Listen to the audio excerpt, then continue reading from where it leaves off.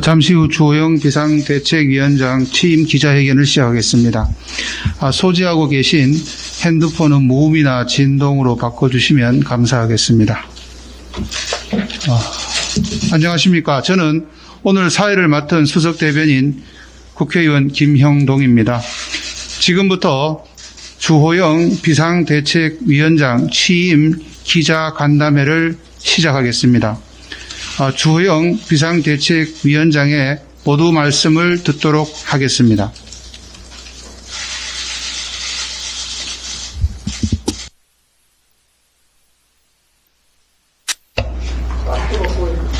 듣고 할까요? 네.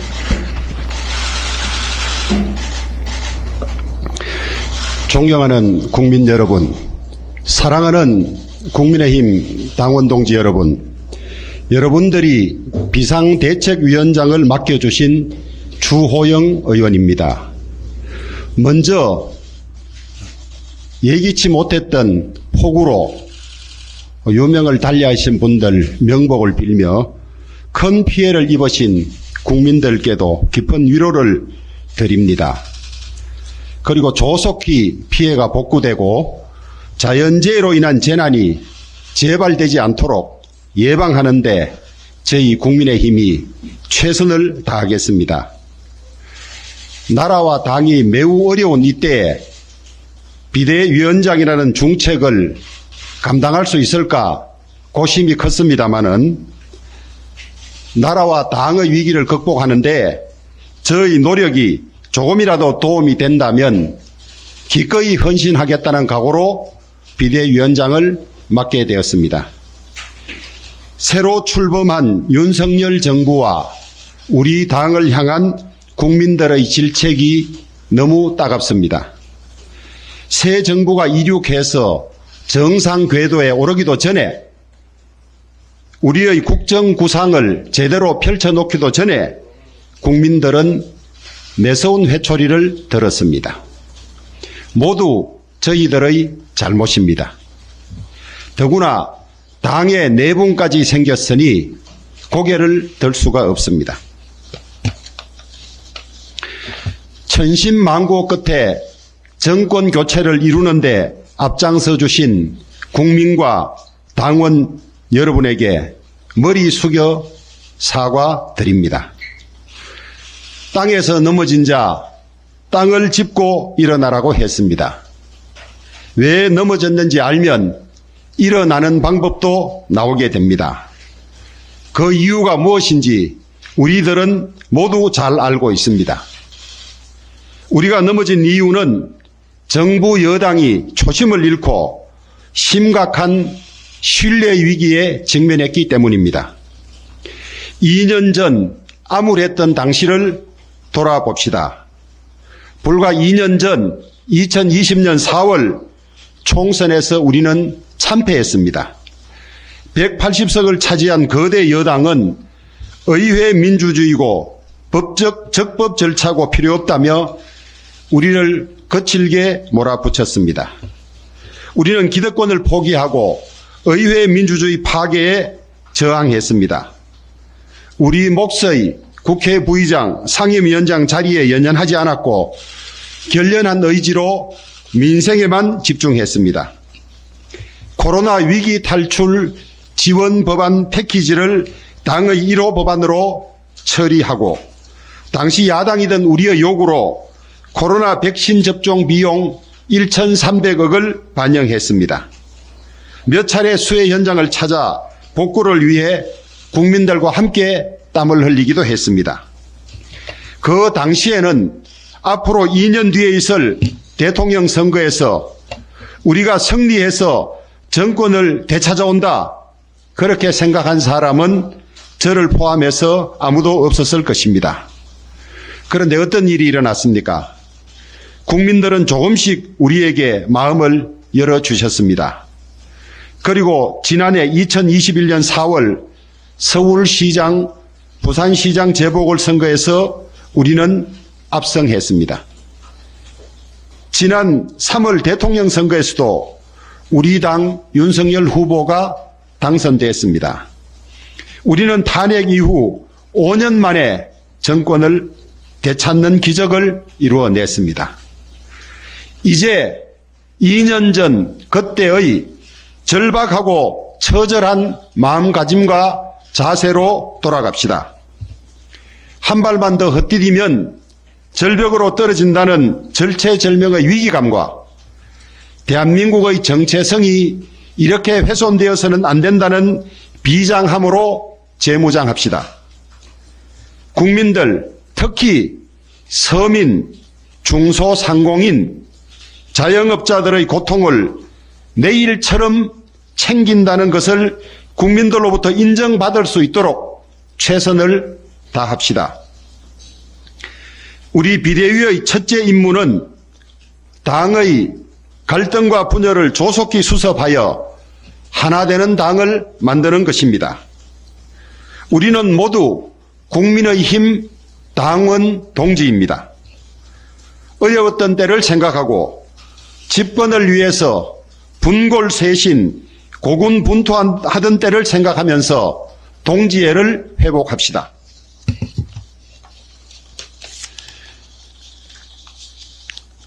분열된 조직은 필패입니다. 수많은 역사가 이를 가르쳐주고 있습니다. 강성했던 고구려가 왜 일찍 망했는지 너무나 잘 알지 않습니까? 집권 초기에 또 국제적으로 열강이 충돌하고 국내적으로 경제 상황과 민생이 어려워져서 퍼펙트 스톰마저 예고되는 이때 우리는 우리끼리 갈등하고 분열할 자유조차 없습니다. 이러한 엄중한 때 갈등하고 분열하는 것은 역사와 국민과 당원들에게 씻을 수 없는 죄를 짓는 것입니다. 서로 양보하고 서로 입장을 바꾸어 생각하면서 조속히 하나된 단합된 모습을 국민들에게 보여드립시다. 다음은 당의 혁신과 변화입니다. 우리 당에 비민주적이고 비합리적이고 불공정한 요소가 있다면 과감히 제거하여 민주적이고 합리적이고 공정한 국민의 힘으로 거듭나야 합니다. 합리적이고 민주적이고 공정한 정당이라면 국민 누구나 참여하고 사랑할 것입니다. 혁신과 변화는 늘 고통이 따르고 희생이 동반되어야 합니다. 기존의 타성과 안위를 버리고 심기일전 분발합시다. 마침 당혁신위원회가 활동 중에 있기 때문에 좋은 혁신안이 나올 것으로 기대합니다. 비대위는 당의 혁신을 적극적으로 추구하고 혁신위를 적극 지원할 것입니다.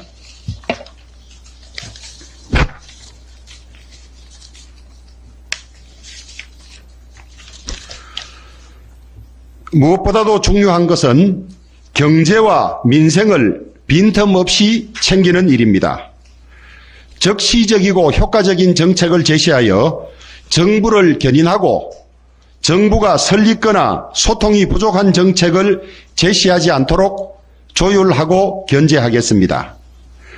당과 정은 협력이 필수적이지만 민심의 창구인 당은 정부가 민심과 괴리되는 정책이나 조치를 할 때 이를 과감히 시정할 수 있어야만 당정이 함께 건강해질 수 있습니다. 우리 비대위는 국민들의 민심을 전달하고 반영하는 일에 한치 소홀함이 없도록 하겠습니다.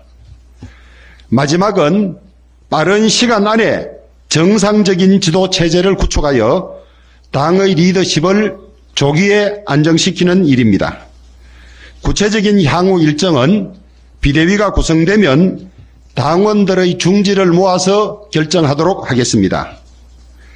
매우 엄중한 시기이고 저 역시 부족한 점이 많지만 우리 모두 합심하고 노력하면 돌파할 수 있을 것이라고 확신합니다.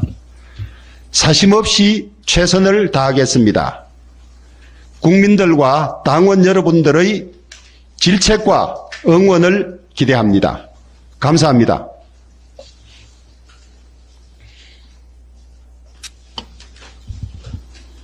예, 다음은 질의응답 순서입니다. 질의가 있으신 언론인 여러분께서는 손을 들고 질의해 주시기 바랍니다. 예, 누가 먼저 하시겠습니까? 예. 그 비대위 구성이 지금 어느 정도 진행이 되는 비대위원은 언제쯤 발표하실 계획입니까? 제가 사실 비대위원장 제안을 받은 것이 지난 토요일 오후였습니다.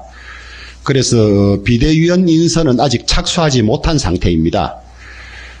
당헌 당규에는 비상대책위원회는 15인 이내의 위원으로 구성한다고 되어 있습니다만은 많으면 대표성은 넓힐 수 있지만은 효과적인 회의가 어렵기 때문에 가급적 9인 정도 위원회를 구성하고 있습니다. 그러면 저와 당연직 비대위원 2분을 제외하면 6분 정도를 새로 인선해야 되는 그런 과정을 예상하고 있습니다. 예. 예. 비대위의 성격이나 존속 기한도 사실 아직 잘 안 정해진 상태인데 위원장님 본인이 생각하시기에 어떤 소신을 갖고 비대위를 이끌어가겠다 이런 생각이 있으신가요? 흔히 이 비대위가 관리형이냐 혁신형이냐 이런 논란을 언론에서 하는 것 같습니다. 저는 우리 비대위를 관리형과 혁신형이 혼합된 형태라고 생각을 하고 있습니다. 단순히 전당대회만 관리하면 관리형이 될 테고 그 사이에 당의 지지율을 높이고 혁신과 변화를 꾀한다면 혁신형이 될 테인데 우리 비대위는 혁신과 변화를 꾀하는 일을 함과 동시에 전당대회도 관리해야 되기 때문에 저는 비대위의 성격을 지으라면 혁신형 관리 비대위다 이렇게 명명하고 싶습니다. 예. 김영래 기자입니다. 지금 조금 전에 이준석 대표가 다시 한번 가처분 신청을 하겠다고 이렇게 언급을 했었는데요. 좀 이준석 대표를 만나서 좀 설득하시거나 이런 계획이 있으실까요? 정치적인 문제가 사법 절차로 가게 된 사정이 매우 안타깝습니다. 사전에 이런 일을 막았으면 좋았을 텐데 저는 이준석 대표가 그런 언급을 하셨다고 하지만은 아직도 여러모로 생각하실 여지가 많을 거라고 생각을 합니다. 정치적인 문제를 사법 절차로 해결하는 것은 하지하의 방법이고 어떤 결론이 나더라도 피차에 회복하기 어려운 상처를 줄 수 있기 때문에 이준석 대표 역시 당을 이끌었고 당을 사랑하시는 분이기 때문에 많은 분들의 조언을 들어서 당에 걱정이 되지 않은 그런 선택을 할 거라고 기대를 합니다만은 만약에 사법 절차가 개시된다면 법적 과정을 통해서 정리될 수밖에 없지 않을까 이렇게 생각을 합니다. 비대위원 간 개파 안배도 지금 포인트로 거론되고 있는데요. 비대위원 인선하실 때 어떤 걸 위주로 주로 고려하실 건지 말씀해 저는 개파안배가 논의되고 있다는 금시초문입니다. 비대위는 비대위의 성격에 맞는 일을 잘하실 분들을 중심으로 인선하도록 하겠습니다. 그래서 혁신과 안정 그리고 전대관리 이런 일을 잘하신 분들을 중심으로 모시도록 하겠습니다. 예. 혁신위를 활용한다고 하셨는데 최재형 의원님과 이렇게 대해서 아시가 있으신지 혁신을 구체적으로 어떻게 활용할 계획인지 이제 혁신위가 전임 지도부에서 발족이 돼서 활동을 하고 있기 때문에 그 혁신위 활동을 중지시킬 이유도 없고 또 혁신이라는 것이 당의 발전 방안을 찾고 내는 것이기 때문에 혁신위 활동을 적극 지원할 생각입니다. 그래서 우리 당이 국민들로부터 더 사랑을 받을 수 있고 또 우리 당원들로부터는 자랑스러운 당이 되도록 하는데 무슨 조치들이 필요한지 이 혁신위의 결과를 받고 비대위 기관 중에 그것을 이행할 수 있는 것이 있다면 적극 이행하도록 그렇게 하겠습니다. 조속한 리더십, 조속한 지도부 체제를 구성하겠다고 하셨는데 전당대회를 어느 시점에 치르실 건지에 개인적인 생각은 어떠신가요? 이제 그 가급적 비대위 체제가 장기간 지속되는 것은 바람직하지 않다고 생각을 합니다. 그런데 당헌의 비상대책위원회는 비상대책위원회가 설치된 비상상황이 해소되고 전당대회를 열어서 구성한다고 되어 있기 때문에 그 비상상황이 언제 해소됐을 것이라고 보느냐는 비대위원들 또 의원님들 당원들의 뜻을 모아서 향후 일정을 정하려고 합니다. 비상상태는 가급적 짧으면 좋다는 거 하나와 그 다음에 우리 당에 초래된 위기를 극복해야만 한다는 그런 요소들을 결합해서 합리적인 활동 기간이 나올 거로 생각을 합니다. 다만 저는 개인적으로는 바로 전당대회를 시작해서 조속히 지도부를 구성하자는 의견도 있는 걸로 알고 있고 그 다음에 집권 이후 첫 정기국회로 국정감사와 예산심의가 있는데 그 과정 중에 전당대회를 여는 것은 맞지 않다는 의견이 있는 걸로 알고 있습니다. 그런 의견들을 종합해서 중지를 모으겠습니다.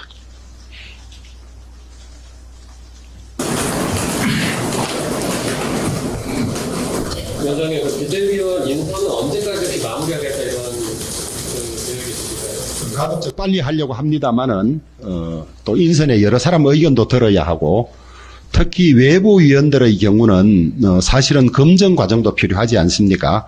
우리가 위원으로 모셨는데 문제점이 드러나면 혼란이 있을 수 있기 때문에 그런 과정을 거쳐서 하려고 합니다. 그래서 빠르면 주말, 늦어도 다음 주 초쯤 되지 않을까 이렇게 예상을 하고 있습니다. 예. 말씀하신 외부 인사는 몇 명 정도 예상하시는 지금 딱 숫자를 정해놓고 있는 것은 없습니다만은 우리 당 안으로만 구성했을 때 국민들의 생생한 민심이라든지 또 밖에서 보는 의견들을 전할 수 없기 때문에 가급적 몇 분을 모시려고 합니다. 6분 중에 3분 아니면 2분 정도 되지 않을까 이렇게 예상을 하고 있습니다. 예. 이번 사태를 거치면서 당 안에서 그 윤핵관이라고 불리는 분들의 이전 후퇴를 주장하는 분들이 많으셨는데 그 부분에 대해서 어떤 방안 갖고 계신가요? 저는 윤핵관이 구체적으로 어떤 분을 말씀하시는지 잘 모르겠어요. 몇 분쯤 되는지. 그런데 이 상황이 이렇게 어려운데 책임이 있다고 생각되는 분들은 비대위에 참여하기 어려운 것이 아닌가 그렇게 생각을 합니다. 연장선상인데요. 이 지금 비상 상황에 김정근 직무대행의 사퇴 모두 발생을 했다 이렇게 보는 시선도 있는데 권성동 원내대표 같은 경우는 당연직으로 비대위 지금 참석하게 되어 있는데 거기에 대해서는 좀 어떤 당은 당규에 당연직으로 참석하게 돼 있는 경우는 비대위원장으로서 어떻게 할 도리가 없지 않습니까?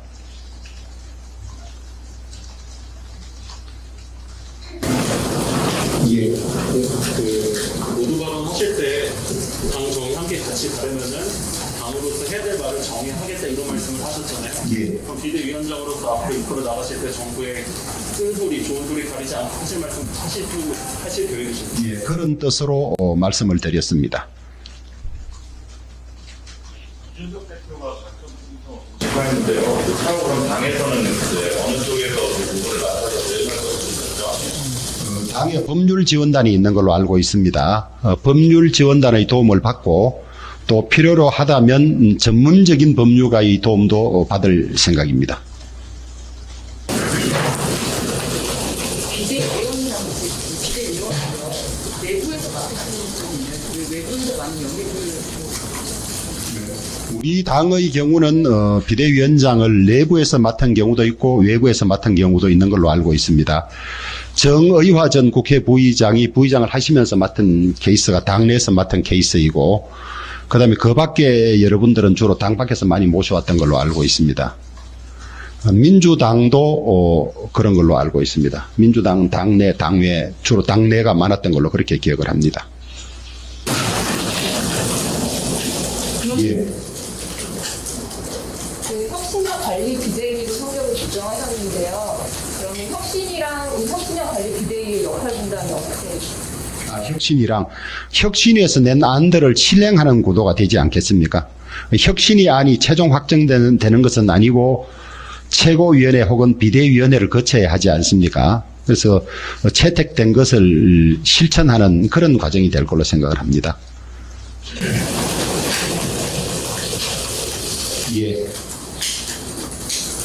전당대회 관련해서 조속히 지도부 꾸려야 된다는 의견과 그 국정감사나 이런 것들을 다 한 다음에 해야 된다는 의견이 있는 걸 다 소개하셨다고 했는데 위원장님은 어느 쪽에 더 가까운 상황인지가 궁금하고 의견을 들어보겠습니다. 민심도 들어보고 의원들도 들어보되 제 개인적으로는 첫 정기국회 국정감사 예산 편성하는데 여당이 전당대회를 한 2달 가까이 하는 것은 저는 국민들로부터 비판의 소지가 있지 않을까 이런 의견을 가지고 있습니다.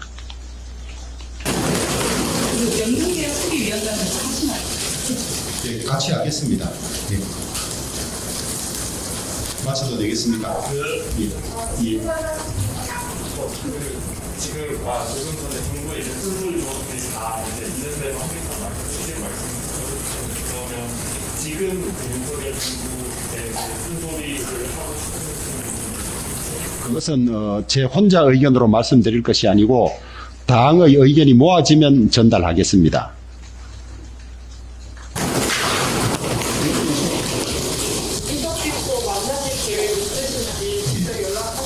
빠른 시간 안에 이준석 대표께 연락을 드려서 만나고 싶습니다. 예. 예, 마지막으로 주호영 비상 한 번 질문이 질문 더 있어요? 예. 예. 대한민국의 정체성 이렇게 훼손되면 돼서는 안 된다라고 하셨는데 대한민국 정체성을 어떻게 정리하시는지 정체성을 규정하는 요소들은 많지 않겠습니까? 그래서 저는 우리 헌법 가치가 대한민국의 정체성이라고 생각을 합니다. 자유민주주의, 시장경제, 튼튼한 안보 뭐 그런 것들 아니겠습니까?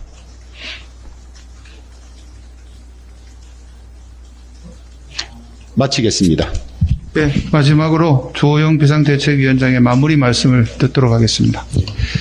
매우 어려운 상황이고 또 어려운 문제들이 중첩해 있는 첩첩산중인 상황입니다. 제 자신이 당내 여러분들과 원활히 소통하면서 최대 공약수를 만들어 가도록 할 테니까 당원 여러분들도 많은 의견을 내고 협조해 주시고 국민 여러분들이나 언론 여러분들도 우리 국민의힘이 조속히 안정되고 국민의 신뢰를 받을 수 있도록 많은 응원이 있기를 부탁드립니다. 고맙습니다. 예, 이상으로 주호영 비상대책위원장의 취임 기자간담회를 모두 마치겠습니다. 참석해 주신 언론인 여러분께 감사 인사드립니다. 고맙습니다.